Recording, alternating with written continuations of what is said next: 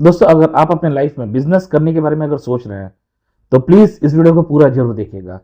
ये वीडियो आपके कम से कम लाखों रुपए बचा सकती है, क्योंकि मैं इस वीडियो में ये डिस्कस करने वाला हूं कि ऐसी कौन सी चार बड़ी गलती है जो अधिकतर बिजनेसमैन लोग करते हैं और अपने लाइफ में वो फेल हो जाते हैं और उनका सारा पैसा नुकसान हो जाता है और उसके बाद में वो अपने लाइफ में बिजनेस करने से डरते हैं। तो वो चार पॉइंट क्या है, प्लीज वीडियो को पूरा जरूर देखिएगा। एक एक पॉइंट को मैं बहुत बारीकी से डिस्कस करने वाला हूँ। इससे आपको ये फायदा होगा कि आप गलती करने से पहले, मतलब अपना पैसा नुकसान करने से पहले ही आप संभल जाओगे और ठीक से समझ कर ही आप अपने बिजनेस में पैसा इन्वेस्ट कर सकते हो। तो चलिए दोस्तों, बात करते हैं कि बिजनेस में ऐसी कौन सी गलती है जो मैक्सिमम लोग करते हैं और जिसकी वजह से उनका जो बिजनेस है वो कोलैप्स हो जाता है। और खास करके दोस्तों, मैं रिटेल बिजनेस के बारे में बात कर रहा हूँ, जो काफी लोग जो है शॉप लेकर अपने बिजनेस को स्टार्ट करते हैं। नमस्कार दोस्तों, मैं आपका दोस्त रवि कुमार आप सबका स्वागत करते हैं आपके अपने यूट्यूब चैनल पे। चलिए वीडियो को स्टार्ट करते हैं। दोस्तों, मैं अक्सर नोटिस करता हूं कि जब भी मैं घर से निकलता हूं और अपने शॉप की ओर जाता हूं ना, रास्ते में लगभग 1 किलोमीटर का फासला है। इस बीच में बहुत सारी दुकानें हैं, बहुत सारी शॉप्स है। मुझे अक्सर ये देखने मिलती है हर 2-4 दिन के बाद में, हर सप्ताह भर के बाद में, कि कोई एक शॉप है, उसको रिनोवेट किया जा रहा है और रिनोवेट करने के बाद में अचानक से देख रहे हो उसमें बिजनेस लॉन्च कर दिया जाता है और 1 महीने के अंदर अंदर वो बिज़नेस है वो हट जाती है और उसका जो अंदर का रिनोवेशन है, ठीक है, उसको हटा दिया जाता है। फिर कुछ दिन वो दुकानें खाली रह जाती है, फिर उसके बाद में कोई दूसरा इंसान उस दुकान को लेता है रेंट पर और उसके बाद में वो अपने लिए डेकोरेशन कराता है अपने बिज़नेस के हिसाब से, तो उसमें पैसे खर्च करता है। और दोस्तों, इस तरह की कंडीशन मैं हर सप्ताह देखता हूँ। कभी कोई शॉप है जिसमें लोग आ रहे हैं तो उसके अगल-बगल की जो दुकान है वो खाली हो जा रही है। तो इस तरह से ना लगातार चल रही है। तो इसमें जो मुझे समझने वाली बात लगी ना, वो ये है कि जब लोगों को ये पता है कि वो बिज़नेस को 1 महीना भी नहीं चला सकते हैं या 1 से डेढ़ महीना, 2 महीने के अंदर में उसको शॉप खाली करनी पड़ रही है, तो ऐसी क्या गलती है जो लोग कर रहे हैं? क्योंकि आफ्टर ऑल अगर मैं रिनोवेशन में बात करूँ तो लगभग 1 लाख रुपए तो खर्च हो रही है।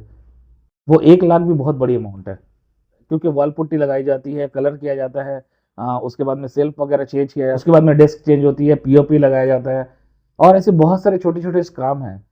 ठीक है, हैंगर वगैरह लाया जाता है, तो इसमें बहुत सारे पैसे खर्च होते हैं, जो हमें समझ में नहीं आती है।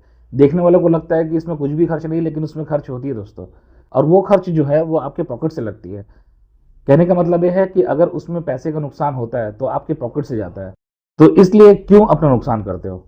अगर आपको बिज़नेस समझ में नहीं आ रही है, तो 1-2 महीने के लिए बिज़नेस मत करो और अगर करना ही है, तो थोड़ा-सा लॉन्ग टाइम के लिए करो, ताकि आपको ये तो पता चले कि उस बिज़नेस में पोटेंशियल है कि नहीं। तो ऐसी क्या चार गलती है जो मैक्सिमम लोग करते हैं जिसकी वजह से उनके पैसे नुकसान होते हैं? तो दोस्तों, बात करते हैं पॉइंट नंबर 1, यानी कि गलती नंबर 1। सबसे फर्स्ट ये है कि आप बिजनेस लॉन्च करने वाले हैं और इसके लिए आप एक नया शॉप परचेस करते हो। तो नया शॉप परचेस करने में 25 लाख, 30 लाख, 35 लाख, 50 लाख, यहाँ तक का अमाउंट चला जाता है। वो डिपेंड करती है कि आप कौन सी जगह में नया शॉप खरीदने वाले हैं। तो अगर आपको ये श्योर नहीं है कि मैं जो बिज़नेस करने वाला हूँ वो बिज़नेस सक्सेसफुल है कि नहीं, इसका आपको अंदाज़ा नहीं है, आप जस्ट लॉन्च कर रहे हैं, तो मैं ये कहता हूँ कि स्टार्टिंग में बड़े रिस्क लेने की ज़रूरत नहीं है।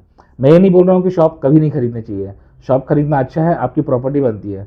लेकिन इससे पहले आपको ये ध्यान रखना चाहिए कि आप अगर नया बिज़नेस स्टार्ट कर रहे हो, तो पहले उसको ट्राई तो करो कि मैं यहाँ पर बिज़नेस लॉन्च कर रहा हूँ, वहाँ पर अगर मैं पैसे लगाता हूँ, तो क्या उस जगह में मेरी उस प्रोडक्ट की या उस सर्विस की मार्केट है कि नहीं है। इसको पहले जांच लेना बहुत ज़रूरी है। और दोस्तों, इन सब चीज़ों के लिए मैं जो बेस्ट ऑप्शन मानता हूँ वो है रेंटल शॉप। क्योंकि हम क्या है, शॉप को जब रेंट पे लेते हैं तो हमें एक बड़ा अमाउंट वहाँ पर फंसाने की ज़रूरत नहीं पड़ती है। यहाँ यानी कि उतना ज़्यादा इन्वेस्टमेंट हमारी नहीं होती है और कम पैसे इन्वेस्टमेंट करके हम 3 महीने, 6 महीना, साल भर आजमा कर देखते हैं कि मैं जो प्रोडक्ट वहाँ पर चलाने वाला हूँ, मैं जो सर्विस वहाँ पर चलाने वाला हूँ, वो वहाँ पर सक्सेस है कि नहीं। क्योंकि अगर सक्सेस है तब मैं उसका दायरा बढ़ा सकता हूँ, अपनी इन्वेस्टमेंट को इंक्रीज कर सकता हूँ। वहाँ से हम पैसे कमाएँगे तो ज़्यादा अच्छी होगी, क्योंकि हमारे ज़्यादा पैसे वहाँ पर नहीं लगेंगे। लेकिन अगर मान के चलो मैंने एक बार में 30-35 लाख रुपए फँसा दिया और वहाँ पर बिज़नेस सक्सेस नहीं है, तो दोस्तों मेरे जो पैसे हैं वहाँ पर फँस के रह जाएँगे। ऐसा नहीं है कि वो शॉप बाद में सेल नहीं होगी, सेल हो जाएगी। और दोस्तों, स्टार्टिंग में ही अगर हम बहुत बड़ा अमाउंट को इन्वेस्टमेंट कर देते हैं और वहाँ से हमें कोई आउटपुट नहीं मिलती है, तो दोस्तों हम स्टार्टिंग में ही ना डिमोटिवेट हो जाते हैं। इसलिए ज़्यादा बड़ा अमाउंट स्टार्टिंग में लगाने की ज़रूरत नहीं है। पहले रेंट पे शॉप लेकर देखो कि उस तरह के बिज़नेस की वहाँ पर डिमांड है कि नहीं, और अगर है, आपकी बिज़नेस चल रही है, तब जाकर मैं बोलूँगा कि ज़्यादा पैसा तब जाके इन्वेस्टमेंट करना चाहिए। इसमें आपको पैसे जो नुकसान होने की संभावना कम हो जाती है। अब बात करते हैं मिस्टेक नंबर 2 की।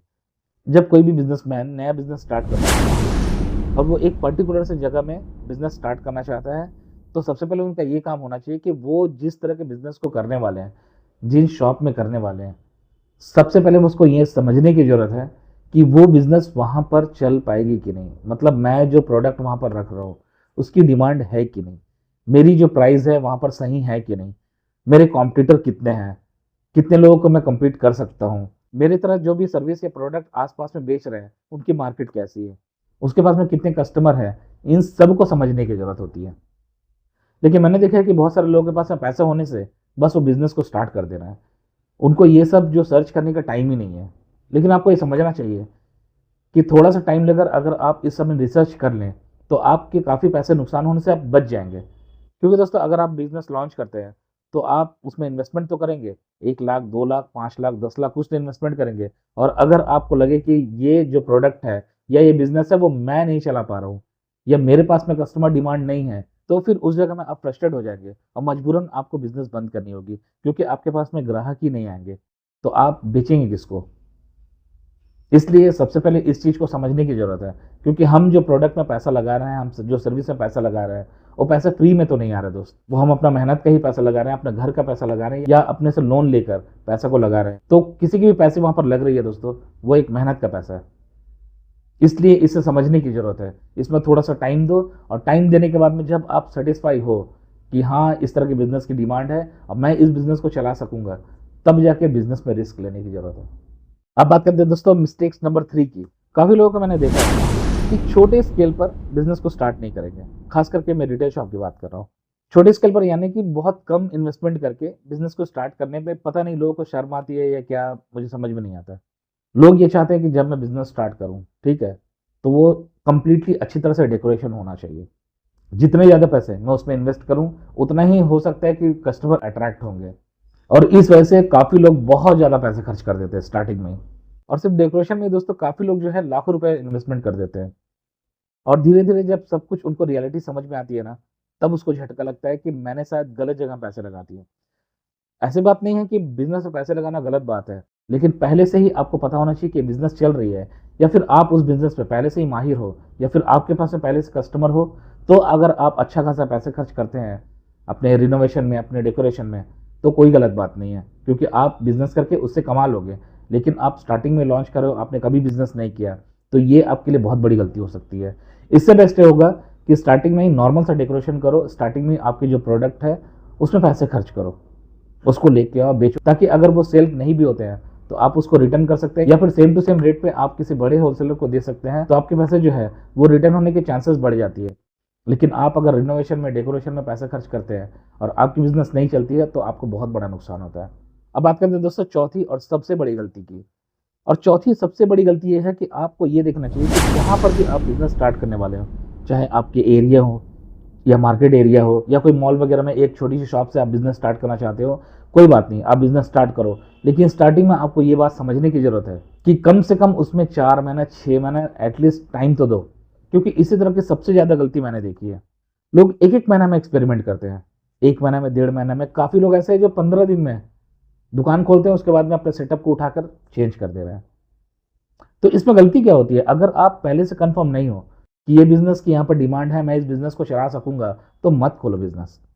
और अगर आपको अपने बिज़नेस में कॉन्फिडेंस है, आपको लगता है कि हाँ, ये बिज़नेस चल जाएगी, आपने सब कुछ एक्सपेरिमेंट कर लिया, सब कुछ रिसर्च कर लिया है, तो आपको ये बात समझने की ज़रूरत है कि 10-15 दिन में, महीना भर में कस्टमर नहीं आते हैं।